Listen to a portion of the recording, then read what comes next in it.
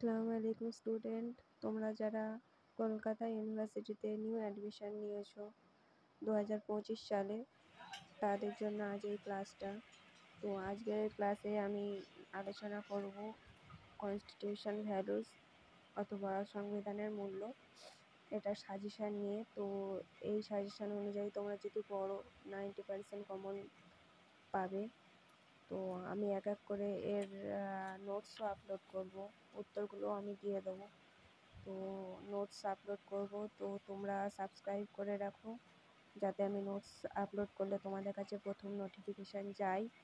আর তোমাদের যদি অন্য কোনো সেমিস্টারের কোনো যদি কোয়েশ্চেন থাকে বা কিছু যদি তোমাদের প্রয়োজন হয়, তো তোমরা কমেন্ট করো, আমি সেগুলো দেওয়ার চেষ্টা করব। তো এটা হচ্ছে ফার্স্ট সেমিস্টারের সাজেশান, কনস্টিটিউশন ভ্যালুস যে সাবজেক্টটি সেটার সাজেশান।